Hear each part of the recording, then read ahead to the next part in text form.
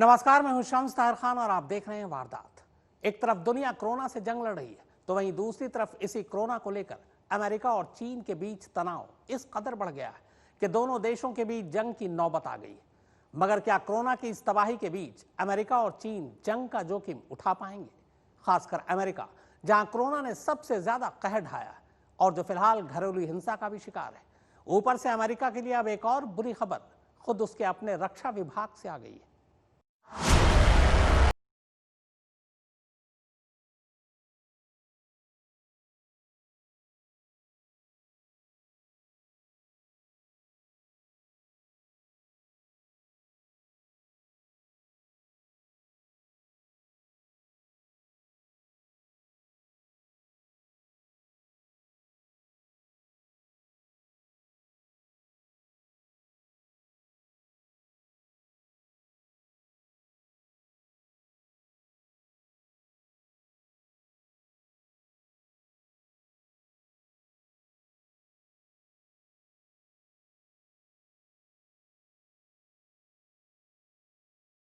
में अगर Asia Pacific region में अमेरिका चीन में तनाव की स्थिति पैदा होती है और फिर उस तनाव के बीच दोनों देशों के बीच जंग होती है तो इस जंग में अमेरिका को हार का सामना करना पड़ सकता है। अमेरिकी रक्षा विभाग पेंटागन की रिपोर्ट।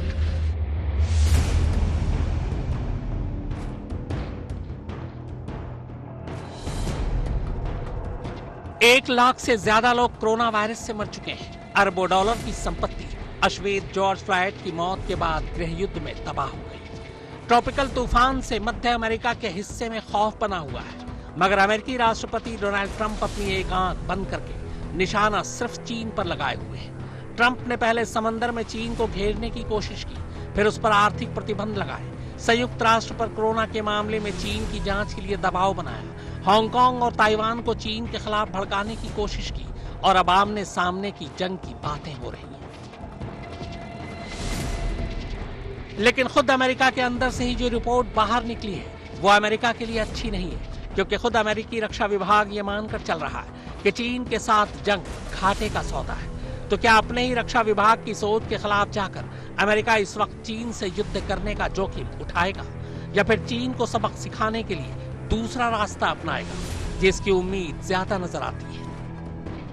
पहले अमेरिका ने चीन पर आर्थिक प्रतिबंध लगाए और अब उसने चीन आने जाने वाली सभी उड़ानों को रोकने का ऐलान कर दिया है। हालांकि चीन की तरफ से इस फैसले पर अभी तक कोई प्रतिक्रिया नहीं आई।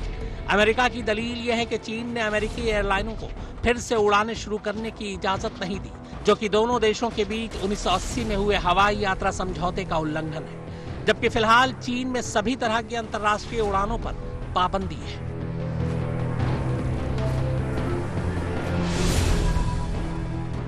कोरोना वायरस से अमेरिका में मची तबाही और दुनिया भर में आर्थिक रूप से मजबूत हो रहे चीन को कमजोर करने के लिए ट्रंप लगातार बीजिंग के लिए आक्रामक रवैया अपनाए हुए हैं। ट्रंप चीन पर गलत तरीके से दुनिया की अर्थव्यवस्था को कंट्रोल करने का इल्जाम तो लगाते ही रहे, साथ ही हांगकांग, वियतनाम और भारत के साथ सीमा विवाद के मुद्दे पर भी चीन के खिलाफ खड़े होने की तमाम कोशिशें कर रहे हैं। ताइवान की तरफ बढ़ रहा चीनी पंजा अमेरिकी हितों के लिए बड़ा खतरा साबित हो सकता है।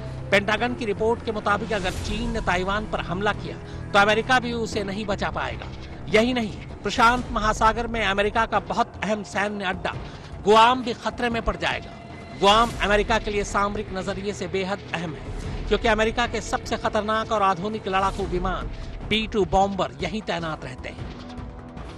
मगर यह गुआम द्वीप चीन की बैलिस्टिक मिसाइलों की रेंज में भी आता है और चीन ने तो ताइवान पर दबाव बनाना भी शुरू कर दिया है। और तो और चीन ताइवान के पास की समुद्री सीमा में अब तक का सबसे बड़ा सैन्य अभ्यास भी कर रहा है।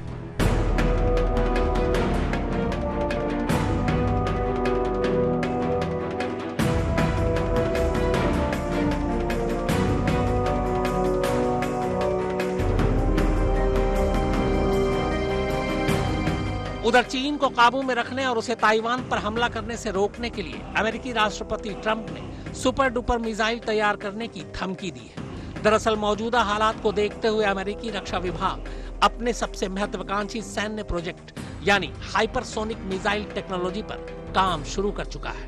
ट्रंप की ये सुपर डुपर मिसाइल आवाज की रफ्तार से भी 17 गुना ज्यादा तेजी से हमला कर सकती है। यह अब तक की दुनिया की सबसे तेज हाइपरसोनिक मिसाइल होगी। यह मिसाइल क्रूज और बैलिस्टिक मिसाइल दोनों के फीचर से लैस होगी। लॉन्चिंग के बाद पृथ्वी की कक्षा से बाहर जाकर टारगेट को निशाना बनाती है। हाइपरसोनिक मिसाइल की तेज रफ्तार की वजह से रडार इन्हें पकड़ नहीं पाते। ये बैलिस्टिक और क्रूज मिसाइलों से उलट अपनी दिशा में बदल सकती है। रूस के पास 5 गुना और चीन 6 गुना तेज मिसाइल पर काम कर रहा है। मगर बिना तैयारी के इस हाइपरसोनिक का ऐलान करना अमेरिका की ताकत को नहीं बल्कि उसके डर को दिखा रहा है, क्योंकि उसे लगता है कि चीन ने पिछले दिनों चोरी छुपे अपनी ताकत में काफी इजाफा कर लिया है।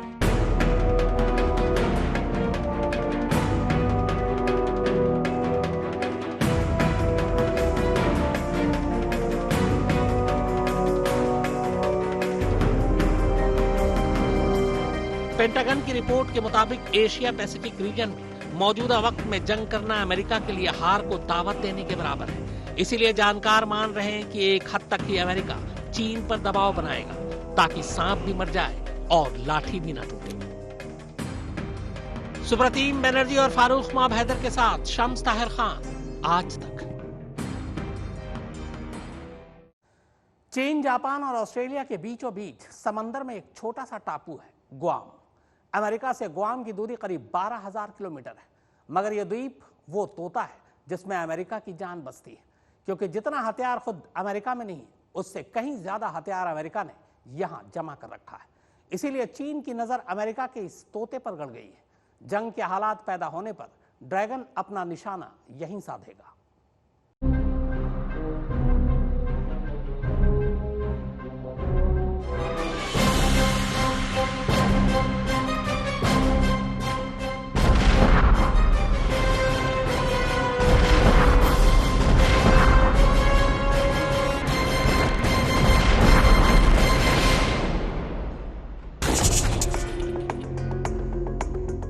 ये गुआम है। चीन से इसकी दूरी 5,000 किलोमीटर से भी कम है और अमेरिका इससे करीब 12,000 किलोमीटर दूर है। 541 वर्ग किलोमीटर में फैला ये द्वीप है अमेरिका का हिस्सा। सिर्फ हिस्सा नहीं, इसे अमेरिकी हथियारों का कारखाना भी कह सकते हैं, क्योंकि यहाँ अमेरिका का सबसे ज्यादा गोला बारूद ही नहीं बल्कि इस रीजन में उसका सबसे बड़ा एयरबेस भी है। यहाँ अमेरिका के 3 मिलिट्री बेस हैं, जहां बम वर्षक विमानों का बेड़ा हर वक्त हमले को तैयार रहता है। इतना ही नहीं, समुद्री तटों पर उसका खुफिया सैन्य अड्डा है, जहां परमाणु हमले के लिए पनडुब्बियां तैनात हैं। लेकिन इससे भी ज्यादा खास वो जगह है जो गुआम के दक्षिण में पहाड़ी के नीचे छुपी हुई है, जहां अमेरिकी हथियारों का जखीरा है।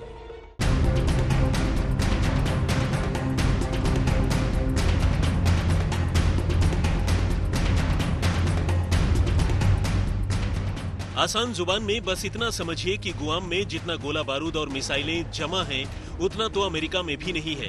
कुल मिलाकर ये छोटा सा टापू वो तोता है जिसमें अमेरिका की जान बसती है, और ये बात अमेरिका के दुश्मन मुल्क बहुत अच्छे से समझते हैं, और इसीलिए चीन ने अपनी पैनी नजर और मिसाइलों का रुख इस टापू पर लगा रखा है। इस टापू पर हमले का मतलब है कि अमेरिका के हाथ पैर काट देना। असल में पर्ल हार्बर की तरह गुआम द्वीप का इस्तेमाल भी अमेरिका अपने जंगी बेड़े के तौर पर करता है, और कुछ इन्हीं वजहों से गुआम अमेरिका के लिए पर्ल हार्बर से कुछ कम अहमियत नहीं रखता। करीब 1,63,000 की आबादी वाले इस द्वीप का 1/4 हिस्सा फौज के हवाले है। फिलहाल इस द्वीप में 6,000 से ज्यादा अमेरिकी सैनिक तैनात हैं। गुआम की अहमियत इस बात से समझिए कि इस एक द्वीप की मदद से अमेरिका की पहुंच दक्षिणी चीन सागर, कोरिया और ताइवान तक है। गुआम ऐसी जगह है जहां से दक्षिणी चीन सागर में चीन के बढ़ते दबदबे पर अमेरिका महत्वपूर्ण कदम उठाने की हालत में है। इसलिए जंग को जीतने के लिए चीन को इसे तबाह करना और अमेरिका को इसे बचाना बेहद जरूरी है। जाहिर है गुआम पर किसी तरह की आंच अमेरिका आने नहीं देगा, इसलिए उसने यहां मीडियम और लॉन्ग रेंज मिसाइल्स की तैनाती और ground based long range anti ship missile को डिप्लॉय करने का काम शुरू कर दिया है। अपने फाइटर एयरक्राफ्ट्स में भी long range anti ship missiles को वो तैनात कर रहा है, चाहे वो नेवी के सुपर हॉर्नेट्स हो या फिर B-1 बॉम्बर्स। इन सभी विमानों को भी एंटी शिप मिसाइल से लैस किया जाएगा। अमेरिका यहाँ 10-15 ऐसे पॉइंट्स बनाने की कोशिश कर रहा है जिनके जरिए वो चीन पर आसानी से हमला कर पाए और चीन को ये पता न चल पाए कि अमेरिका का ये हमला आखिर हो कहां से रहा है। इसके अलावा चीन को घेरने के लिए फर्स्ट आइलैंड चेन पर नौसेना और मरीन्स के अलावा क्रूज मिसाइल्स की भी तैनाती की जा रही है। अमेरिका दूसरे देशों को भी अपने साथ लेने की कोशिश में है। इसके लिए उसने चीन के खिलाफ माहौल बनाना शुरू कर दिया है। ट्रंप ने भारत को भी रिझाने की कोशिश की है, मगर भारत ने अपना न्यूट्रल स्टैंड ही कायम रखा है। चीन पर आने वाले वक्त में अमेरिका अपना मिलिट्री दबाव भी बढ़ाएगा। जाहिर है चीन भी इस बार आर पार के मूड में है। इसलिए एक तरफ अमेरिका जहां चीन को दबाने की कोशिश कर रहा है, वहीं दूसरी तरफ खुद भी हाई अलर्ट पर है। चीन ने हालांकि अभी अपने पत्ते नहीं खोले हैं और फिलहाल वो कूटनीतिक तौर पर अमेरिका को जंग के लिए मजबूर करने और राजनीतिक वायरस फैलाने का दोषी ठहरा रहा है।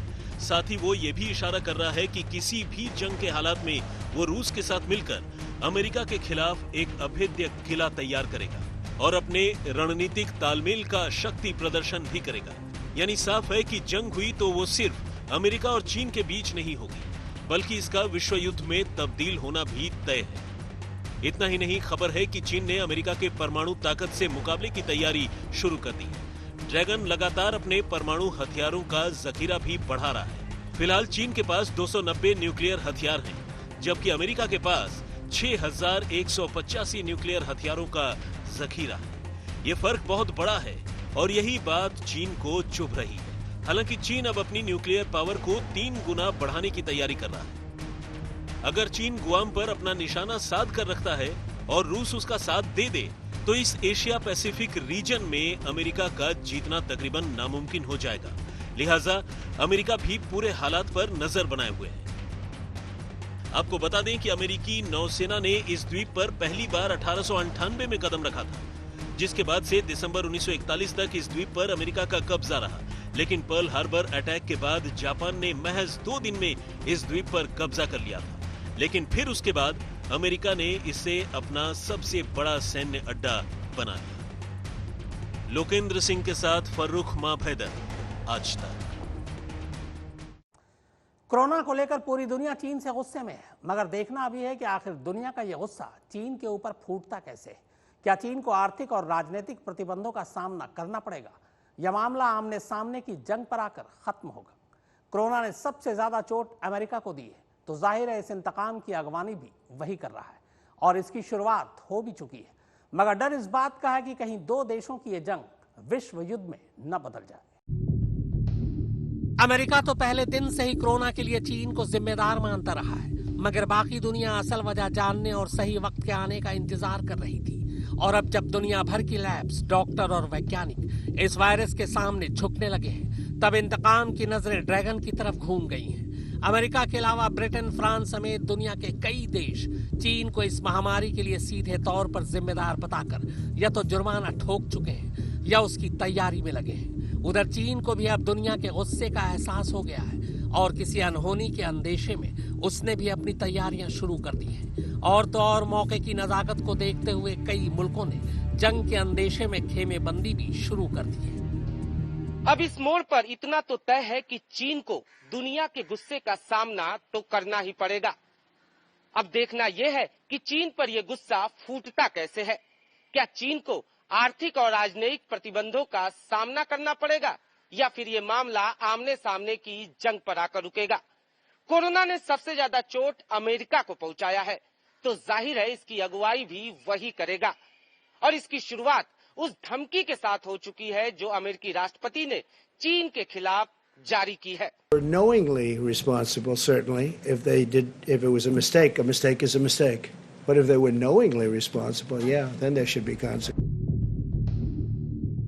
धमकियों के इस दौर के बीच जिनपिंग और ट्रंप के बीच अब तनाव काफी ज्यादा बढ़ चुका है और इस तलखी के साइड इफेक्ट्स भी अब दिखाई देने लगे हैं।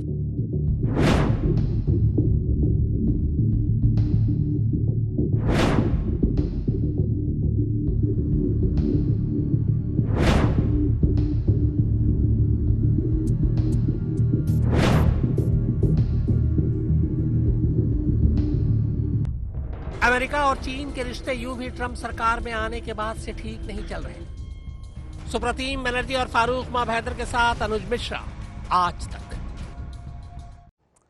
तो वारदात में फिलहाल इतना ही, मगर आज तक और खबरों का सिलसिला लगातार जारी है।